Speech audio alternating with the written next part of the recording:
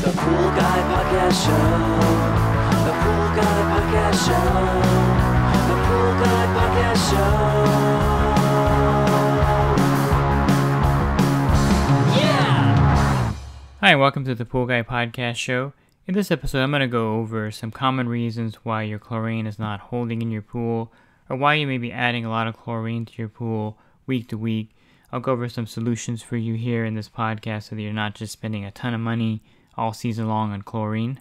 Leslie's Pool Supplies is a proud partner of the Pool Guy Podcast Show. Leslie's Pool Supplies has been do-it-yourselfers and pool trade professionals' trusted partner since 1963, providing quality products and services to make pool care easy and solutions and expertise to do it right. I'll start with logically, you're going to have to be adding chlorine to your pool, of course, because depending on how hot it gets in your area, the sun's UV index, this all contributes to the chlorine being used up or burned up by the sun itself, besides being used up in the water. So depending on the amount of usage your pool gets by the bather load, a lot of swimmers in the pool, or maybe pet swimming in the pool, whatever the case may be, if your pool is being used a lot, the chlorine is going to be used up a lot in there also. So adding chlorine to your pool week to week may be a normal part of your pool, depending again on your climate and also the usage of the pool. With that said, there are other factors that will cause your chlorine to be used up a lot quicker in your pool and would cause a problem of the pool not holding chlorine week to week. So typically, if you put a gallon of liquid chlorine in your pool and you don't have any cyanuric acid in there at all, and it's 100 degrees in the middle of summer, that chlorine is going to last maybe 2 or 3 hours and you won't have a reading after that point because the sun's UV rays will burn it off. There's nothing protecting it. If you have cyanuric acid level of 30 to 50 parts per million and you add that gallon of liquid chlorine to your pool, and let's say your pool is 12,000 gallons, I'll go with a smaller pool here as an example, that will raise your chlorine level up to a pretty good level, and then the conditioner or cyanuric acid should protect that chlorine level all through the day, but maybe the next day you'll need to add another gallon because you're at the peak of summer, the UV index is really high, and so that chlorine, even with the cyanuric acid, will eventually burn out from the sun and also just from killing viruses, bacteria, microorganisms, and being in the water. So basically, adding chlorine to your pool, I just want to preface that it may be something that's normal and nothing unusual. So look at it this way: if you're adding an extreme amount of chlorine to your pool, or more than you normally would add to your pool, then you're probably developing a problem that needs to be addressed. The first thing I would check when there's a pool not holding chlorine is how long that pool is actually running. So the first thing you want to do is make sure your run time of your pool, the filter and pump, are running for a good amount of time. There's really no set time. It's all regional, pool size, pool usage, so you have to kind of figure it out. I always err on the fact of running the pool longer and then cutting back on it if necessary. So if you have a variable speed pump, which is very common now too, this adds another layer to how long to run the pool because it's not running at full speed. So all these are factors in setting your runtime in your pool, and it could be kind of complicated, and this could lead to not having chlorine in your pool, not having the pool running long enough. And so to eliminate the runtime as the problem, you can run your pool 12 to 24 hours and let it run continuously. So what I would do is I would check the cyanuric acid level in the pool, and I'm going to touch on what happens if your cyanuric acid level is really high and how this could also cause a problem. But just for the sake of an example here, let's say your cyanuric acid level is at 50 or 60 parts per million, and you put a gallon of liquid chlorine in your pool, and we'll go with the 12,000 gallon pool again. Just go ahead and set your pump to run 12 to 24 hours. If you have a variable speed pump, set it at 3100 RPMs, that way it's at a higher speed, and run that pool all through the next day, and then check the chlorine level the next day. And if it's holding fairly well, then you know that your runtime was probably your initial problem. Your pool wasn't running long enough, so you want to boost your runtime when you add the chlorine to the pool to make it circulate and more effective. So that's number one, definitely eliminate the runtime. And then you want to also eliminate a couple of things about the chlorine product itself. If you're using liquid chlorine, you want to make sure it's fresh and that it's strong. If you get it from the hardware store, it may have been on the shelf for 2 months and it may have lost about half its strength. So you want to make sure that the chemicals you're using, in fact, have potency and are strong enough to actually move the needle. And also with the bags of shock, you want to make sure that you're getting a good brand, a reputable brand of shock, because some of this stuff just lacks quality. So definitely you want to go with shocks that are well reviewed online if you buy your products online, or in your local pool store, get the brands that are known to be effective.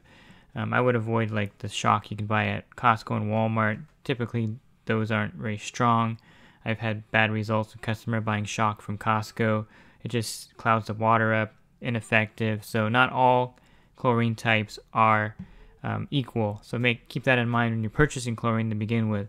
And then you want to make sure you're adding the right amount of chlorine for your pool size. I would suggest using the poolcalculator.com app to get the right amount of chlorine to add to your pool, because if you're underdosing your pool, the chlorine's going to zero out very often, and so you want to make sure you calculate the right dosage for your pool size. So if you're not adding the right amount of chlorine to your pool at that moment, you're not going to move the needle. For example, if you have a 25,000 gallon pool and you're using the BBB method, where you're using bleach for your pool, which is the same as liquid chlorine, but I'll just say bleach here for this podcast. If you're using regular Clorox bleach in your pool, you're using 6%, it would take almost 2 full 64-ounce jugs of the Clorox bleach at 6% to raise your pool from 1 parts per million to 3 parts per million in a 25,000 gallon body of water.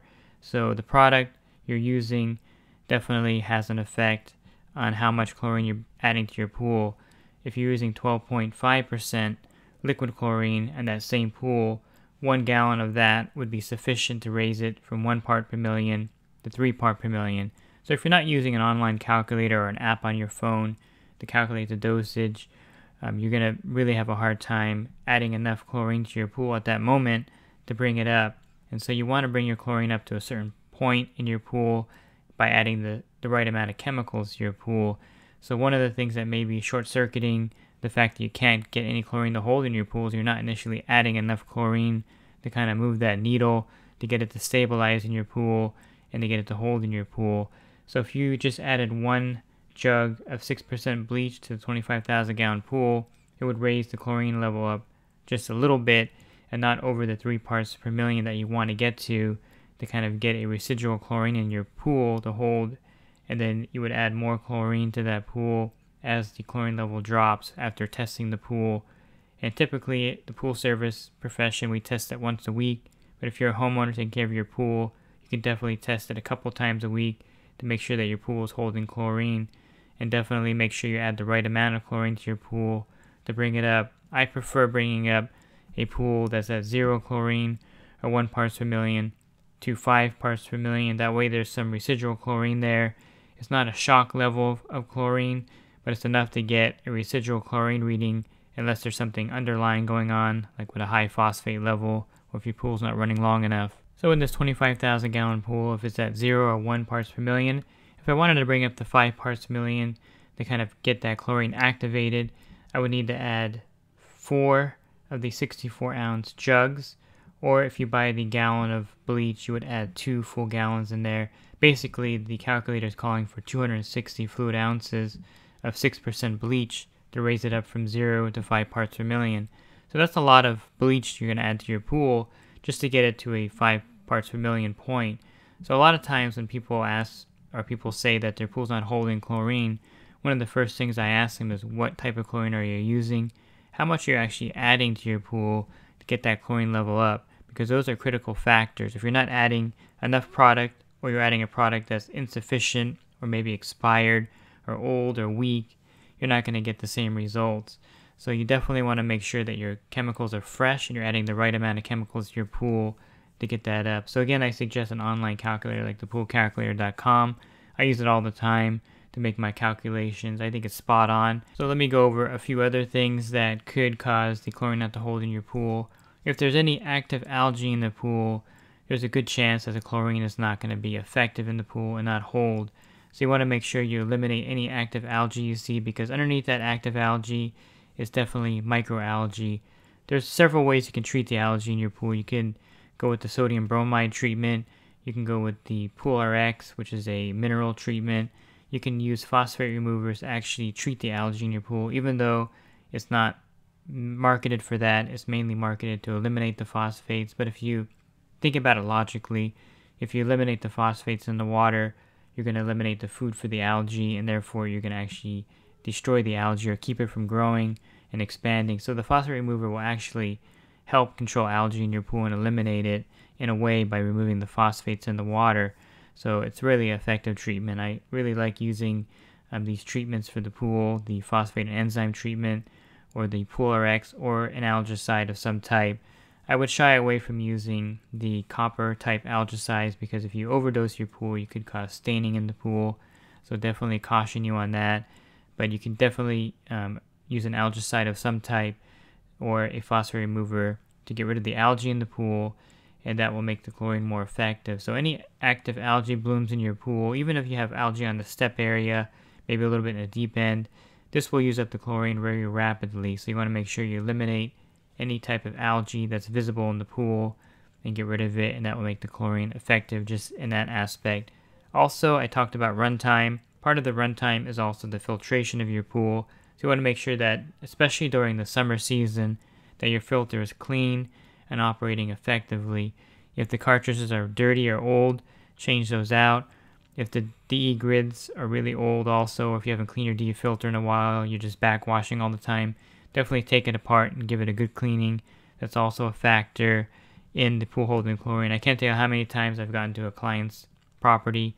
I've cleaned their filter, whether it's DE or cartridge, put everything back together. Sometimes I'll put new grids in or new cartridges, and then the chlorine's holding beautifully in the pool because the main problem was the poor filtration. If you have a DE filter with any kind of holes in it, any kind of holes in the grids or manifold, you notice the E getting back in there, that pool will never turn around or hold chlorine with the filter with holes in it, holes in the grids, and DE going back into the pool. It's just not going to filter properly.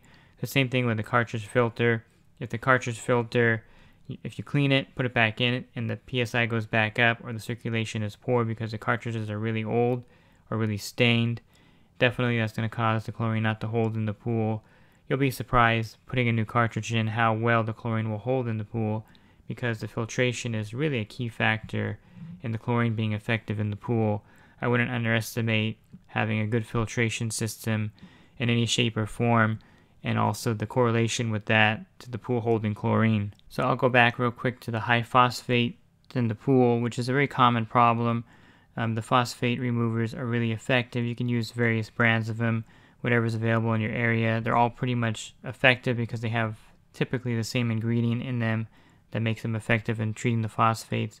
So if you do notice that you test your water and you have phosphates above 300 parts per billion, you definitely want to treat that because this will cause the chlorine to be used up very rapidly in the pool also.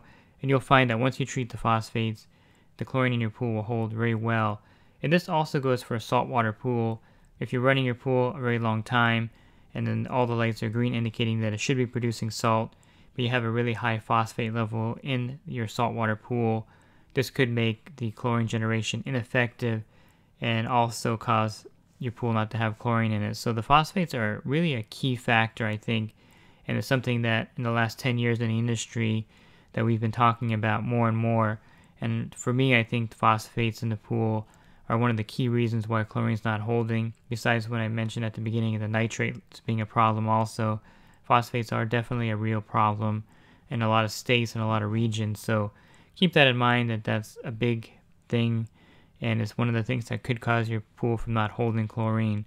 And I mentioned I would touch on high cyanuric acid in the pool and why your pool may not be holding chlorine in that case. So cyanuric acid is actually a good thing for your pool in one respect, in that it will protect the chlorine from the sun's UV rays.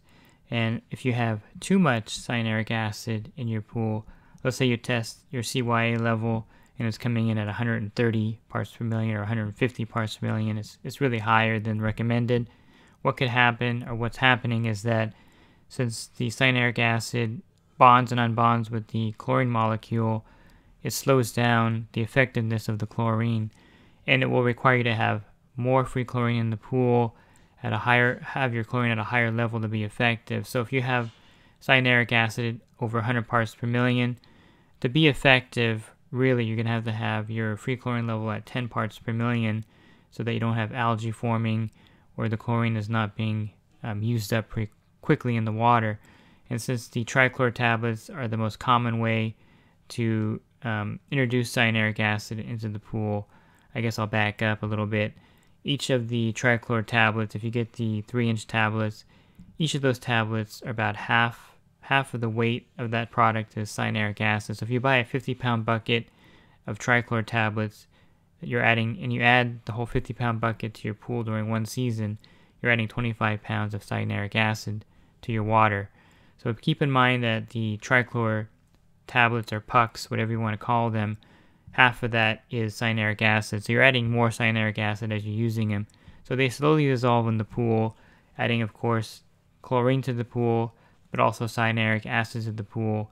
So one of the side effects of having really high cyanuric acid is that the chlorine is very much so less effective in fighting algae and all the other things that it's supposed to do in the pool, because the cyanuric is actually slowing down the chlorine's ability to be effective. So, it's kind of like if you're, in Alaska running a race and you put on a heavy coat and you're still cold, you put on another coat and you're still freezing.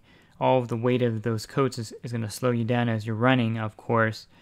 So the same thing with the cyanuric acid. The more and more and more cyanuric acid that's in the pool, the slower the chlorine effectiveness will be. So if you're at 200 parts per million, the chlorine is going to be acting a lot slower. And that's why a pool with very high cyanuric acid levels, you'll see algae forming in the pool. Even if you test that pool and it's at like 6 or 7 parts per million, you'll be scratching your head wondering, why is there algae in the pool with so much chlorine in the pool?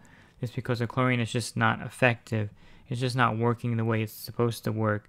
So if you have that same pool and you're at 30 parts per million and you have the chlorine at 3 parts per million, it's definitely going to be a pool that's not going to have algae forming in the pool, because the chlorine is much more effective. It's like running that same race in Alaska with a windbreaker on instead of all those heavy coats. It's just going to be a lot better and more effective and more efficient. So if your pool cyanuric acid level is above 100 parts per million, I would recommend draining that pool partially.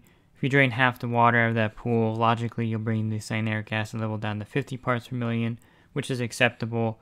Bottom line, the more cyanuric acid in the pool, the more free chlorine you're going to have, the more chlorine you're going to add each week to your pool to maintain that, the more tablets you're going to add to the floater to maintain that, the more liquid chlorine or shark you're going to add to your pool each week to maintain the free chlorine level.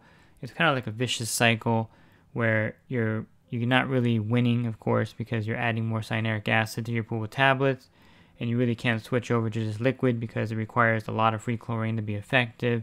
And so the only way to effectively end this kind of weird downward cycle, like a spiral of cyanuric acid being added to the pool, is to drain the pool partially or completely, start fresh, and then use the tablets sparingly. There's a lot of ways to maintain your pool without using a lot of trichlor tablets. You can, of course, add liquid chlorine on a regular basis to your pool. You can also add an enhancer to your pool to help the chlorine be more effective.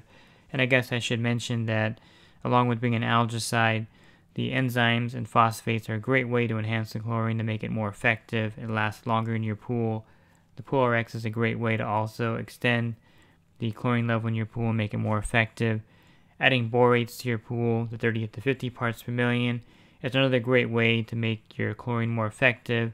One of the side effects of borates is that it's an algistat, which means it prevents algae from actually forming in the pool.